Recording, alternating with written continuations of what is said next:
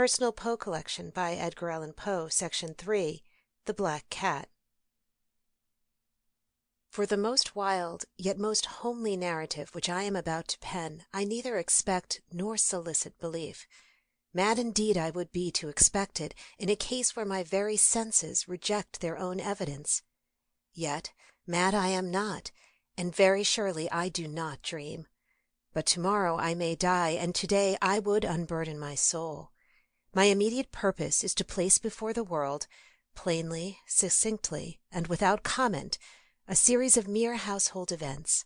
In their consequences, these events have terrified, have tortured, have destroyed me. Yet I will not attempt to expound them. To me, they have presented little but horror. To many, they will seem less terrible than Baroque's. Hereafter, perhaps, some intellect may be found which will reduce my phantasm to the commonplace, some intellect more calm, more logical, and far less excitable than my own, which will perceive, in the circumstances I detail with awe, nothing more than an ordinary succession of very natural causes and effects. From my infancy I was noted for the docility and humanity of my disposition. My tenderness of heart was even so conspicuous as to make me the jest of my companions. I was especially fond of animals, and was indulged by my parents with a great variety of pets. With these I spent most of my time, and never was so happy as when feeding and caressing them. This peculiarity of character grew with my growth, and in my manhood I derived from it one of my principal sources of pleasure. To those who have cherished an affection for a faithful and sagacious dog, I need hardly be at the trouble of explaining the nature or the intensity of the gratification thus derivable. There is something in the unselfish and self-sacrificing love of a brute which goes directly to the heart of him who has frequent occasion to test the paltry friendship and gossamer fidelity of mere man. I married early, and was happy to find my wife a disposition not uncongenial with my own. Observing my partiality for domestic pets, she lost no opportunity of procuring those of the most agreeable kind. We had birds, goldfish, a fine dog, rabbits, a small monkey, and a cat. This latter was a remarkably large and beautiful animal, entirely black, and sagacious to an astonishing degree. In speaking of his intelligence, my wife, who at heart was not a little tinctured with superstition, made frequent allusion to the ancient popular notion which regarded all black cats as witches in disguise. Not that she was ever serious upon this point, and I mention the matter at all for no better reason than it just happens just now to be remembered. Pluto, this was the cat's name, was my favorite pet and playmate. I alone fed him, and he attended me wherever I went about the house. It was even with difficulty that I could prevent him from following me through the streets. Our friendship lasted in this manner for several years, during which my general temperament and character, through the instrumentality of the fiend intemperance, I blush to confess it, experienced a radical alteration for the worse. I grew day by day more moody, more irritable, more regardless of the feelings of others. I suffered myself to use intemperate language to my wife. At length, I even offered her personal violence. My pets, of course, were made to feel the change in my disposition. I not only neglected, but ill-used them. For Pluto, however, I still retained sufficient regard to restrain me from maltreating him, as I made no scruple of maltreating the rabbits, the monkey, or even the dog, when by accident or through affection they came in my way. But my disease grew upon me, for what disease is like alcohol, and at length even Pluto, who was now becoming old and consequently somewhat peevish, even Pluto began to experience the effects of my ill temper. One night, returning home much intoxicated from one of my haunts about town, I fancied that the cat avoided my presence. I seized him, when, in his fright at my violence, he inflicted a slight wound upon my hand with his teeth. The fury of a demon instantly possessed me. I knew myself no longer. My original soul seemed at once to take its flight of my body, and a more than fiendish malevolence, gin-nurtured, thrilled every fibre of my frame. I took from my waistcoat pocket a penknife, opened it, grasped the poor beast by the throat, and deliberately cut one of its eyes from the socket. I blush, I burn, I shudder when I pen the damnable atrocity. When reason returned with the morning, when I had slept off the fumes of the night's debauch, I experienced a sentiment half of horror, half of remorse for the crime of which I had been guilty. But it was, at best, a feeble and equivocal feeling, and the soul remained untouched. I again plunged into excess and soon drowned in wine all memory of the deed. In the meantime, the cat slowly recovered. The socket of the lost eye presented, it is true, a frightful appearance, but he no longer appeared to suffer any pain. He went about the house as usual, but, as might be expected, fled in extreme terror at my approach. I had so much of my old heart left as to be at first grieved by this evident dislike on the part of a creature which had once so loved me. But this feeling soon gave place to irritation, and then came, as if to my final and irrevocable overthrow, the spirit of perverseness. Of this spirit philosophy takes no account, yet I am not more sure that my soul lives than I am that perverseness is one of the primitive impulses of the human heart, one of the indivisible primary faculties or sentiments which give direction to the character of man. Who has not 100 times found himself committing a vile or silly action for no other reason than because he knows he should not? Have we not a perpetual inclination in the teeth of our best judgment to violate that which is law merely because we understand it to be such? This spirit of perverseness, I say, came to my final overthrow. It was this unfathomable longing of the soul to vex itself, to offer violence to its own nature, to do wrong for the wrong's sake only, that urged me to continue and finally consummate the injury I had inflicted upon the unoffending brute.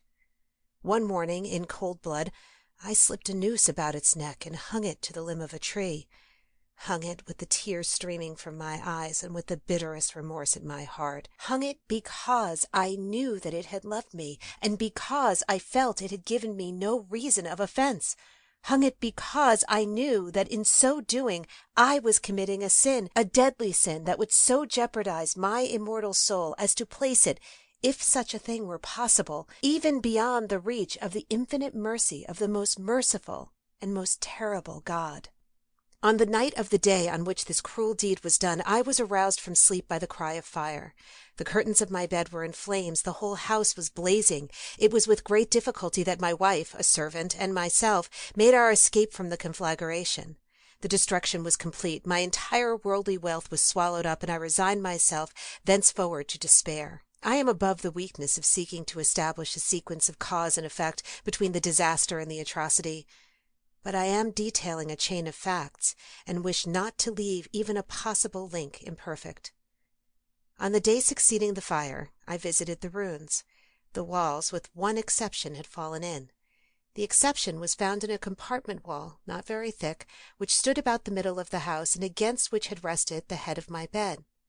The plastering had here, in great measure, resisted the action of the fire, a fact which I attributed to its having been recently spread. About this wall a dense crowd were collected, and many persons seemed to be examining a particular portion of it with very minute and eager attention. The words "strange" and "singular" and other expressions excited my curiosity. I approached and saw, as if graven in bas relief upon the white surface, the figure of a gigantic cat. The impression was given with an accuracy truly marvelous. There was a rope about the animal's neck. When I first beheld this apparition, for I could scarcely regard it as less, my wonder and my terror were extreme. But at length reflection came to my aid. The cat, I remembered, had been hung in a garden adjacent to the house. Upon the alarm of fire, this garden had been immediately filled by the crowd, by some one of whom the animal must have been cut from the tree and thrown, through an open window, into my chamber. This had probably been done with the view of arousing me from sleep. The falling of other walls had compressed the victim of my cruelty into the substance of the freshly spread plaster, the lime of which, with the flames, and the ammonia from the carcass, had then accomplished the portraiture as I saw it. Although I had thus readily accounted to my own reason, if not altogether to my conscience, for the startling fact just detailed, it did not the less fail to make a deep impression upon my fancy. For months I could not rid myself of the phantasm of the cat, and during this period there came back into my spirit a half sentiment that seemed but was not remorse. I went so far as to regret the loss of the animal, and to look about me, among the vile haunts which I now habitually frequented, for another pet of the same species, and of somewhat similar appearance, with which to supply its place. One night, as I sat, half stupefied, in a den of more than infamy, my attention was suddenly drawn to some black object reposing upon the head of one of the immense hogsheads of gin or rum which constituted the chief furniture of the apartment.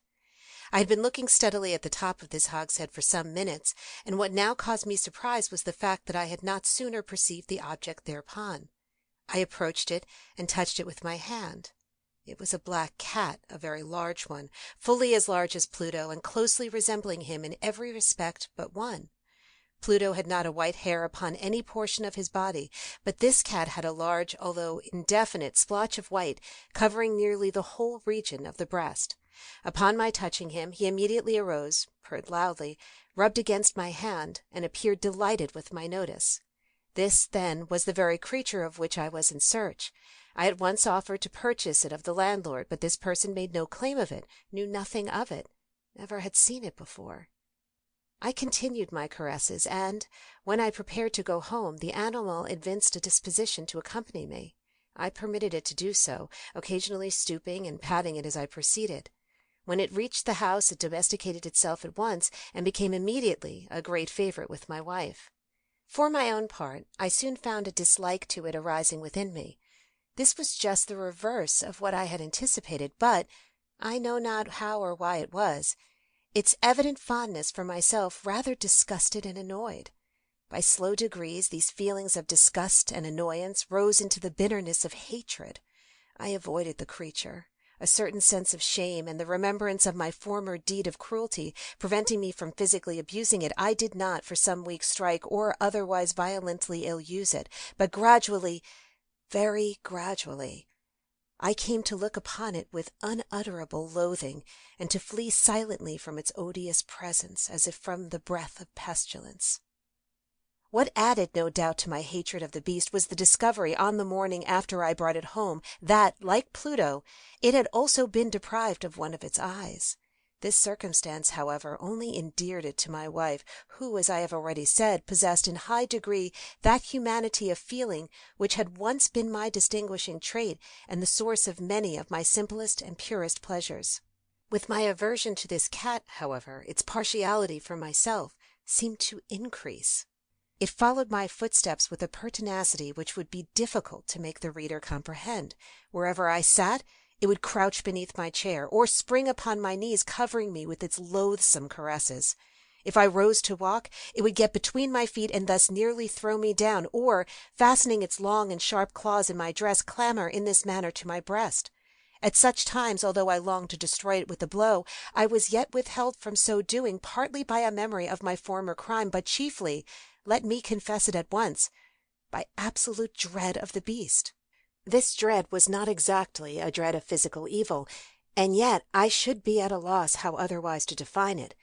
I am almost ashamed to own, yes, even in this felon's cell, I am almost ashamed to own, that the terror and horror with which the animal inspired me had been heightened by one of the merest chimeras it would be possible to conceive. My wife had called my attention more than once to the character of the mark of white hair of which I have spoken, and which constituted the sole visible difference between the strange beast and the one I had destroyed. The reader will remember that this mark, although large, had been originally very indefinite, but, by slow degrees nearly imperceptible, and which for a long time my reason struggled to reject as fanciful, it had, at length, assumed a rigorous distinctness of outline. It was now the representation of an object that I shudder to name, and for this, above all, I loathed and dreaded, and would have rid myself of the monster had I dared. It was now, as I say, the image of a hideous, of a ghastly thing, of the gallows. O mournful and terrible engine of horror and crime, of agony and death! And now, was I indeed wretched beyond the wretchedness of mere humanity? And a brute beast, whose fellow I had contemptuously destroyed, a brute beast to work out for me, a man, fashioned in the image of the high God, so much of insufferable woe! Alas, neither by day nor by night knew I the blessing of rest any more. During the former, the creature left me no moment alone, and in the latter I started hourly from dreams of unutterable fear to find the hot breath of the thing upon my face, and its vast weight, an incarnate nightmare I had no power to shake off, incumbent eternally upon my heart. Beneath the pressure of torments such as these, the feeble remnant of the good within me succumbed. Evil thoughts became my sole intimates, the darkest and most evil of thoughts. The moodiness of my usual temper increased to hatred of all things and of all mankind, while from the sudden, frequent, and ungovernable outbursts of a fury to which I now blindly abandoned myself, my uncomplaining wife, alas, was the most usual and the most patient of sufferers. One day she accompanied me, upon some household errand, into the cellar of the old building which our poverty compelled us to inhabit. The cat followed me down the steep stairs, and, nearly throwing me headlong, exasperated me to madness. Uplifting an axe, and forgetting, in my wrath, the childish dread which had hitherto stayed my hand, I aimed a blow at the animal, which, of course, would have proved instantly fatal had it descended as I wished. But this blow was arrested by the hand of my wife. Goaded by the interference into a rage more than demoniacal, I withdrew my arm from her grasp and buried the axe in her brain. She fell dead upon the spot without a groan. This hideous murder accomplished, I set myself forthwith, and with entire deliberation, to the task of concealing the body. I knew that I could not remove it from the house, either by day or by night, without the risk of being observed by the neighbors. Many projects entered my mind. At one period I thought of cutting the corpse into minute fragments and destroying them by fire. At another, I resolved to dig a grave for it in the floor of the cellar. Again, I deliberated about casting it in the well in the yard, about packing it in a box as if merchandise with the usual arrangements, and so getting a porter to take it from my house. Finally, I hit upon what I considered a far better expedient than either of these.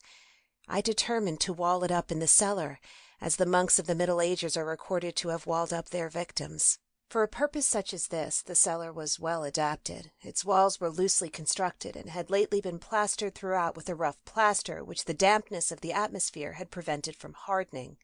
Moreover, in one of the walls was a projection, caused by a false chimney or fireplace, that had been filled up and made to resemble the red of the cellar. I made no doubt that I could readily displace the bricks at this point, insert the corpse, and wall the whole up as before, so that no eye could detect anything suspicious. And in this calculation I was not deceived. By means of a crowbar I easily dislodged the bricks, and, having carefully deposited the body against the inner wall, I propped it in that position, while, with little trouble, I relaid the whole structure as it originally stood. Having procured mortar, sand, and hair, with every possible precaution, I prepared a plaster which could not be distinguished from the old, and with this I very carefully went over the new brickwork. When I had finished, I felt satisfied that all was right. The wall did not present the slightest appearance of having been disturbed.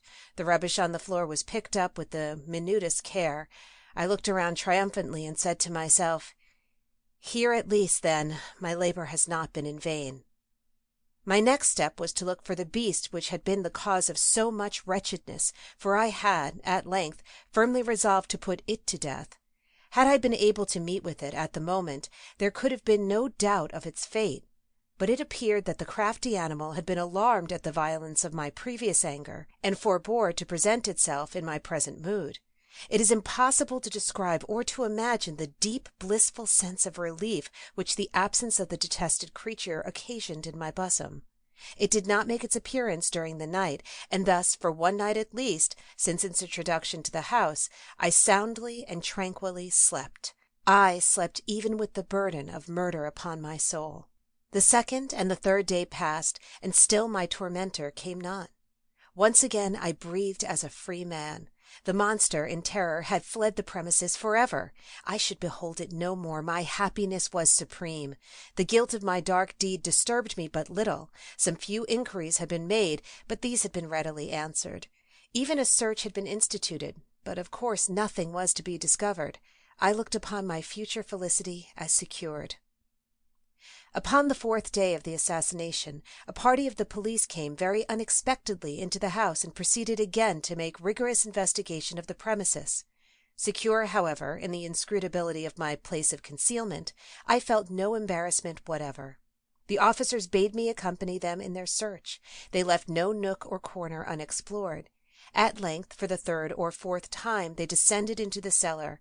I quivered not in a muscle.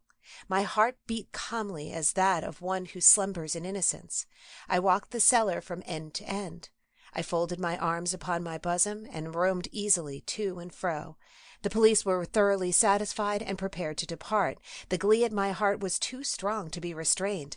I burned to say that if but one word by way of triumph, and to render doubly sure their assurance of my guiltlessness. "Gentlemen," I said at last, as the party ascended the steps, "I delight to have allayed your suspicions. I wish you all health and a little more courtesy. By the by, gentlemen, this is a very well-constructed house." In the rapid desire to say something easily, I scarcely knew what I uttered at all. "I may say an excellently well-constructed house. These walls— Are you going, gentlemen? These walls are solidly put together." And here, through the mere frenzy of bravado, I rapped heavily with the cane which I held in my hand upon that very portion of the brickwork behind which stood the corpse of the wife of my bosom. But may God shield and deliver me from the fangs of the arch-fiend.